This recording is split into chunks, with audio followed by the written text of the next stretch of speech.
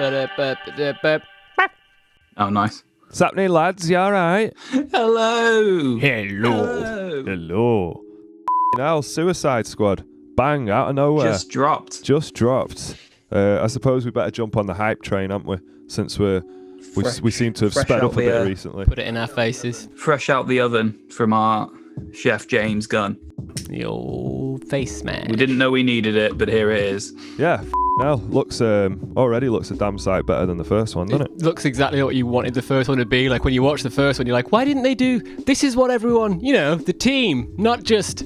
What was this? yeah, exactly. But let's not forget that Margot Robbie is in it as Harley Quinn. So I imagine everyone else will be completely overlooked. Yeah, a pretty killer cast. Obviously, James Gunn has brought a lot of his regular people he works with over. I'm not finding words very well today, am I? Sweet. So yeah, After Hours Suicide Squad trailer breakdown reaction. Bum, bum, bum. So it opens up with the blah blah blah approval thing and cool bus. What do you think of the bus? I like it, but it's no Danny the Bus. It is no Danny the Bus. Nice shade of blue. Looks like it's seen better days. Can't quite make out the make of it. It is good. It's got a Murph-mobile vibe in the blue, but less of a mystery. Yeah, so we see the bus, and then we're introduced to an interior shot of the bus, and there's all panic, and they seem to be on mission or something. Idris Elba is first on screen playing, I believe he introduced himself to Harley Quinn later as Bloodsport. What do we know about him? I don't know anything about him, actually. I'm pretty sure in the DC universe it had a lot of people have been Bloodsport, but I might be getting that mixed with Vigilante. But I feel like he's not the only person to have the handle, whichever character he is. It's one of those ones that's passed around. Okay. But like a mercenary of some kind, but I have no idea fundamentally. Okay. I'm making it up. So, alright, so he's playing a character that none of us know too well. So he's just going to be Idris. He's swearing, he's being him, he looks good, he's cool. Yeah, I'm down. Yeah, several fictional supervillains is the alias of Bloodsport. Oh, okay. And a lot of their designs look very different as well. All right, so anything at all could be possible with that, especially at the mind of James Gunn. I think it'd be quite nice because Idris's problem with Marvel, wasn't it, that he couldn't do a lot with a character, and now he's got one that's borderline a blank slate. He can do whatever he wants with it. That's interesting, yeah, because I was actually chatting about this with Ryan the other day. Like Idris apparently really did not like playing Heimdall and couldn't wait to get rid of that gig kind of thing. Which would be one of the better roles. Yeah, isn't it? we you could be in like Marvel. You'd be like, oh, you're an Asgardian. Oh, that's brilliant. I hope I'm one of the cool ones. Oh, I'm like the coolest one. The one who can fucking see everything. He's so cool. And I thought he did him really well, but yeah. It's because they didn't let him do a lot of the stuff he wanted to do with it. Right. I think they lent a bit more his way in Ragnarok, which is why Heimdall's a bit different in that one. Yeah. I was thinking, working with Taika Waititi, I mean, Idris is a cool guy. Surely that'd have been Idris fun. Bond. But yeah, he's maybe, I don't know. Either way, good to see him in this slightly, what would you call it, like open role, I guess, that it sounds like. So anyway, we spin round, we see John Cena. His arms are just John and he's talking Cena. with his arms. the size of those arms. Doctor of Thugonomics. In his little polo shirt and his interesting helmet. So he's playing, is it Peacemaker? Is that who it is? I believe so. He has like the dove insignia on his chest in his costume bit. Let's see. He was like Boy Scout upon Boy Scout. Yeah, like even Captain America would cringe at his, teacher's pet. Yeah, and as a guy who's not necessarily a wrestling fan myself, I've never... it took me a while to get the whole John Cena thing. The world goes crazy for him. I see these memes everywhere, but yeah, like straight away, I just found him instantly really fucking likable in this. What's great is he's the character he's obviously always portrayed in WWE. Initially, he was kind of like this rapper and a bit of like bad attitude guy, but it was so beige. And then he later became the face of the company, but he was Mr. Good, you know what I mean? Like Captain America, essentially. So I love that he's taken this role because it's very, like, paradoxical. It's very similar to his real life.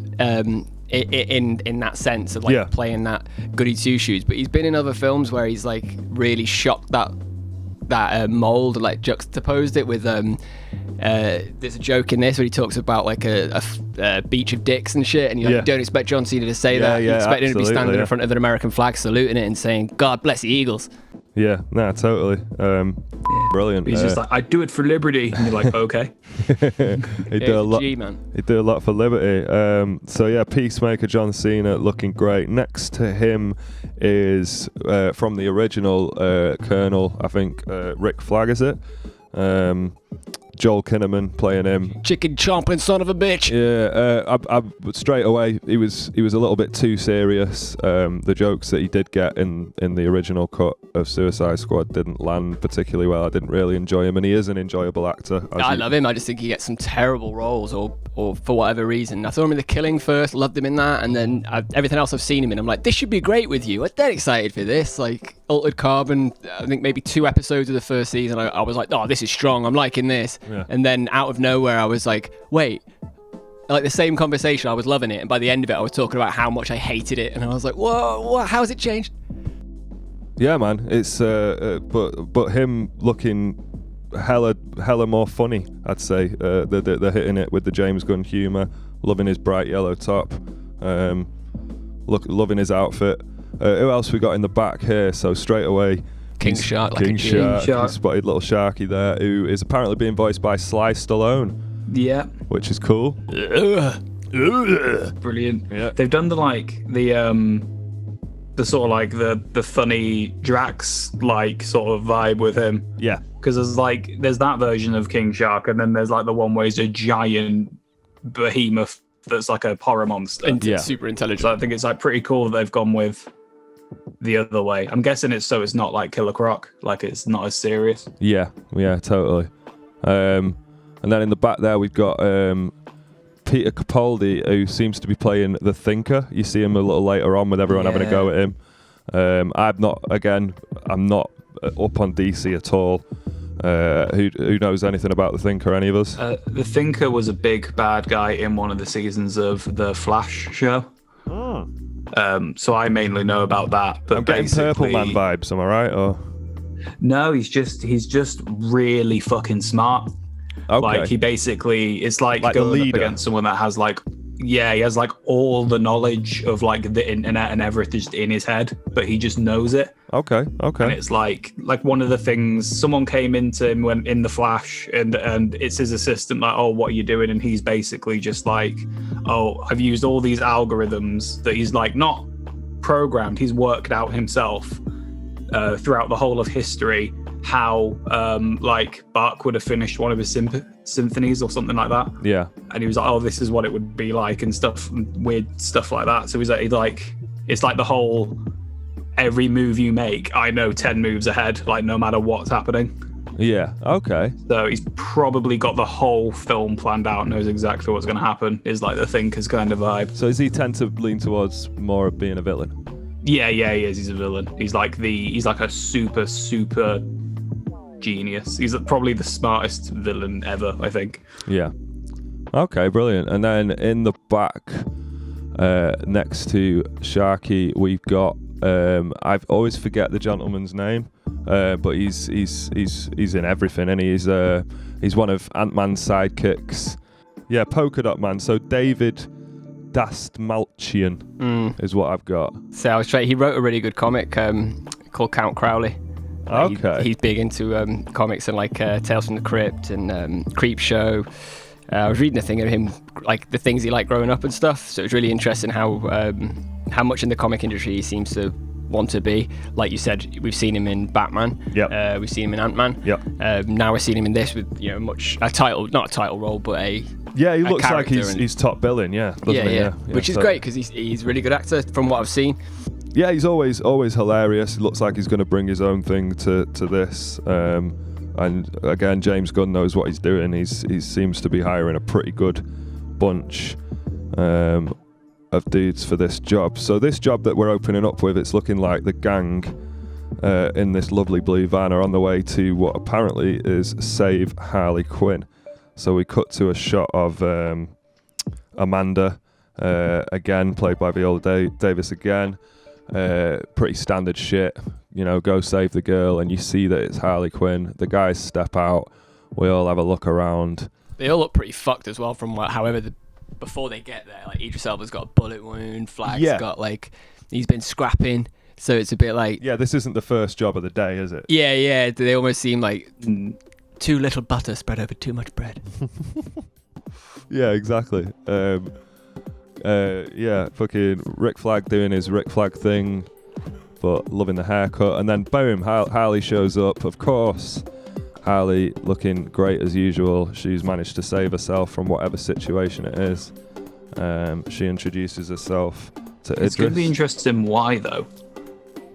Because I was thinking that the vibe of the Suicide Squad is, if you get left behind, you're dead. Like, that's, if you kind of mess up, you're just dead. Oh, so why would Harley Quinn be a job? So the fact they're going and rescuing Harley Quinn. Maybe they did leave and they had to change her heart. The comics and stuff would be, she's captured or she's this. They just blow her up and... Yeah, no, with you, especially with the fact that it's Amanda who's asking them, who's putting them on task. That's what I mean. So unless it's going to be an interesting... cutting from the trailer.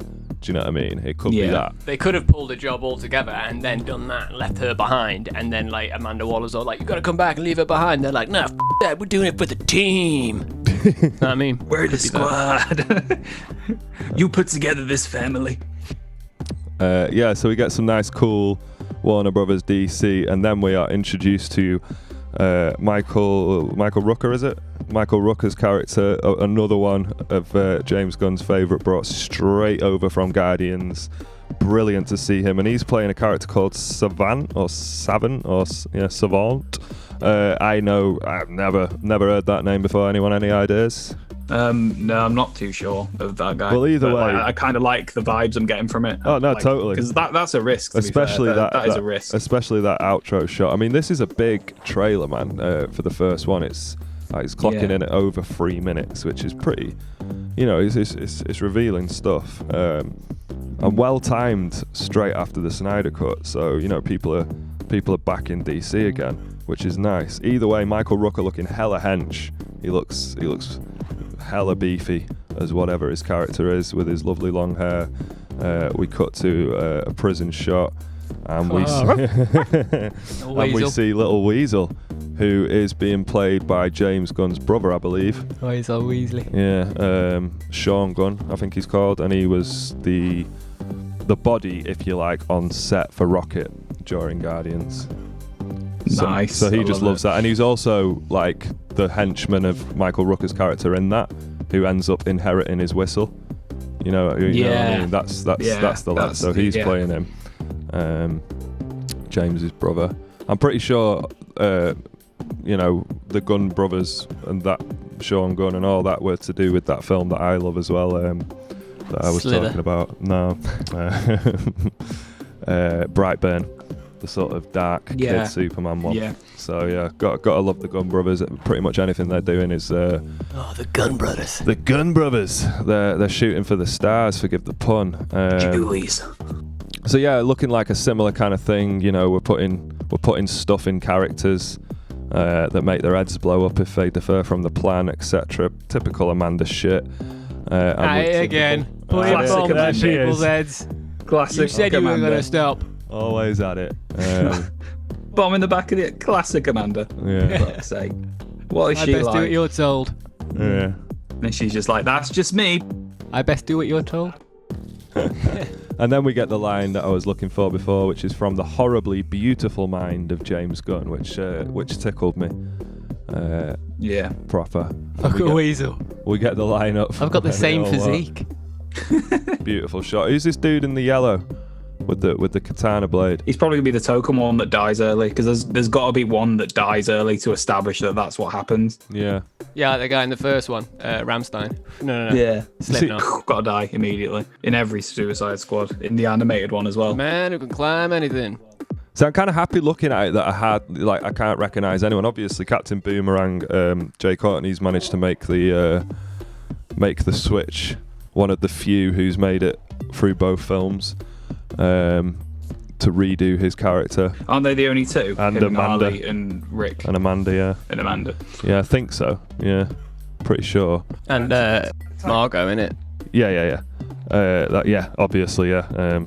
Harley Quinn. Taika Waititi's in this film, and we can't figure out where because King Shark is Sly Stallone, as we said earlier, and Weasel, which I would have put money on, is Sean Gunn.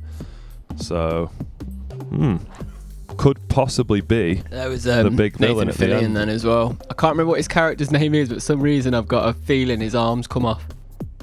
Okay. I might be thinking of the wrong character though, but when it all first came out, like those leaked pictures that someone was like, kneeling in a gutter somewhere, it's like, oh, snap a little picture. I'm sure like there's something to do with his logo or something, or his sigil, and I'm sure Owen was telling me it was a character whose arms fall off. That's what you can do to catch them. Arm fall off, man. So I hope that's right, and it wasn't some kind of mirage. Just do like a slapbox thing, and then just like let his arms fly at him. Yeah, like someone grabs you by the arms, and you're like, perfect. Yeah. Got my way out of this. You can keep the arms. This is my situation. Yeah. Who's this dude here drinking the can? That's what I'm talking about, Nathan Fillion. The After Hours Podcast. Oh, I thought we were talking about this dude. Oh, no. Who's the dude with the white hair, with the short white hair? He pops up in the prison earlier on. I don't know, but I think he was dating Ariana Grande or something like that. All right, okay. At one point. Fair enough. All right, so we get the nice little action, bangy bang, sharky, eat, munchy munch. Very good, but I have one problem. His eyes didn't appear to roll back when he was eating him. Is that a shark thing? Yeah, it's a shark thing. Oh, okay. I didn't know that. Like Is when it they a shark attack, their man eyes roll thing? back. So if he's attacking and he's eating him, shouldn't his eyes roll back? Maybe that's just in the water. It's very true, because most sharks don't walk around on the legs of a man. Exactly. Anything can happen in the Suicide Squad. And he's got shorts I on. reckon he can walk backwards. Could be. Maybe he can moonwalk. Sharks don't go backwards, do they? But he So can't sleep on his maybe back. he can't walk because of his back. fin. How does he sleep? Maybe he's got a big, like, indented bed. Upside down. Oh yeah, like special shark beds. Or a swimming pool. I wonder if they've explored it that far. Like you see his flat and you're like, oh cool, his bed makes sense for him. There's just a giant indent in the middle of his bed. Like his tea mugs In are like the twice prison size. bunk. But like the person on the bunk underneath's just got like a big fin that's poking at him every Unless night. you're a type of like you're some kind of weird hybrid that's got a ditch there, so you're just like, cool, this is perfect. You've got to go on top on the bunk bed situation. Are you calling that as a prediction, Ben? He's going to get on the top bunk in this film and someone's going to get finned. Yeah, Yeah. Ben prediction. 100%. Suicide Squad. You heard it here first. So we cut to the room where they're having the chat, the little conference, and we get the fun King Shark hand thing, which is fun. Sly Stallone doing some of his best vocal delivery I've heard in a while there. I like that they've done the ridiculous King Shark instead of the like big scary one. Yeah, I think King Shark's going to be a runaway with this film. Yeah, he's Yeah, gonna be the Groot, isn't He's he? gonna own it. Yeah, Yeah, 100%. Merchandise. yeah. And then we shoot to that scene I was talking about before with what's his face now? The Thinker getting told off. Peter Capaldi, the Doctor. Yeah, that one. Getting told off by everyone, and obviously Harley Quinn taking it too highly as usual. Fun. Jokes. Yeah, all looks pretty cool. Oh, and then we get the beach full of dicks joke, which was pretty It good. didn't land for me, but I think good for Cena them. delivered it well. Yeah, I quite liked it just because probably because it was Cena. Yeah.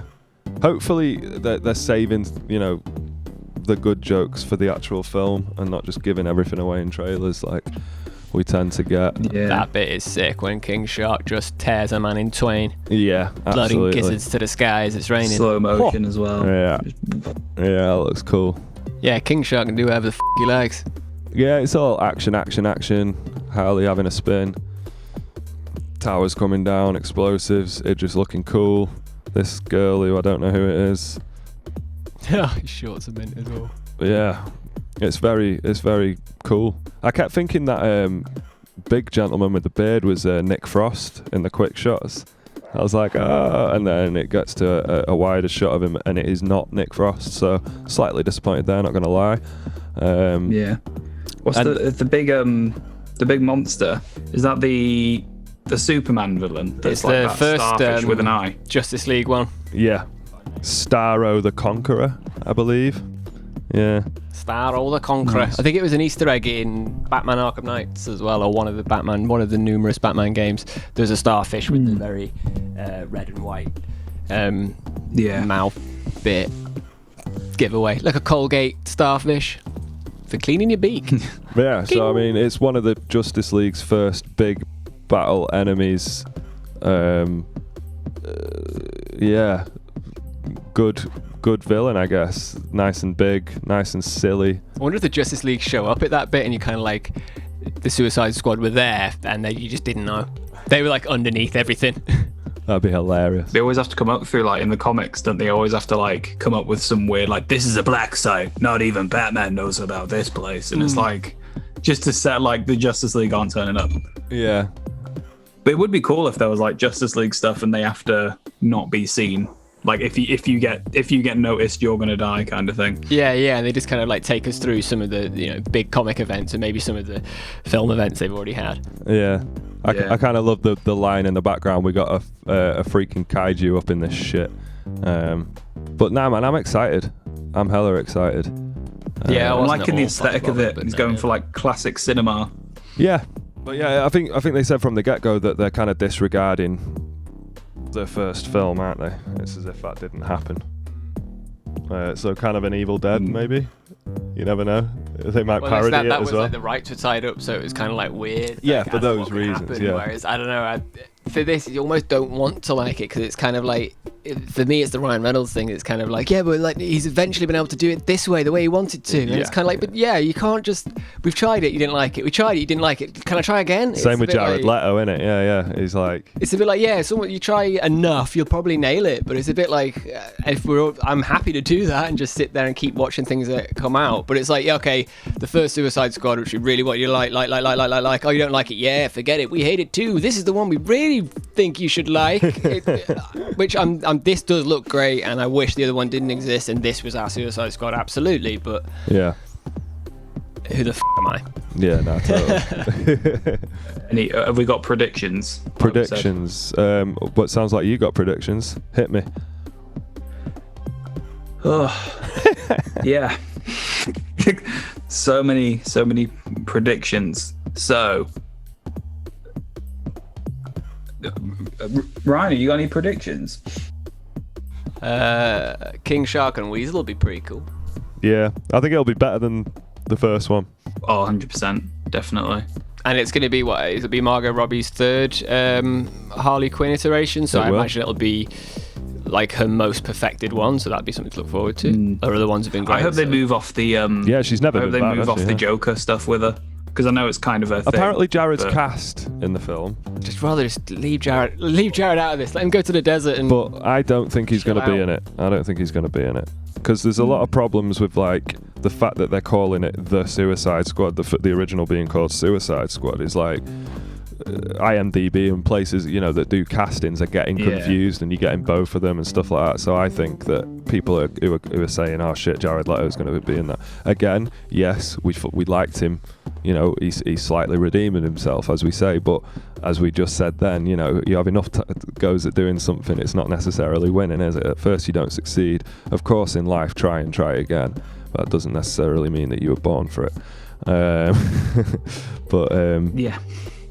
Yeah, but no, I'm looking forward to it. I think it's going to be great. Yeah, I reckon so. Actually, I had a question. Peacemaker? Mm-hmm. Isn't he a good guy? No idea. I mean, I thought he's supposed to be like proper good. With the Suicide, yeah, he looks like he's super good. But I mean, with the Suicide Squad, why is he there? Isn't I was going to say, isn't the idea of the Suicide Squad that they're all kind of like pretty immoral? So at least maybe he did something that landed in there or something. Possibly, or maybe he's like the Colonel character, Rick Flag in the original. one that keeps him in check. Exactly. Yeah. Who knows? I'm sure James Gunn would love to tell us in due course. But yeah, we're looking forward to it. Make sure you check it out. Cool. That'll do for that, I guess. Yeah. Remember, dear viewers, if you like us, you're welcome. And if you don't,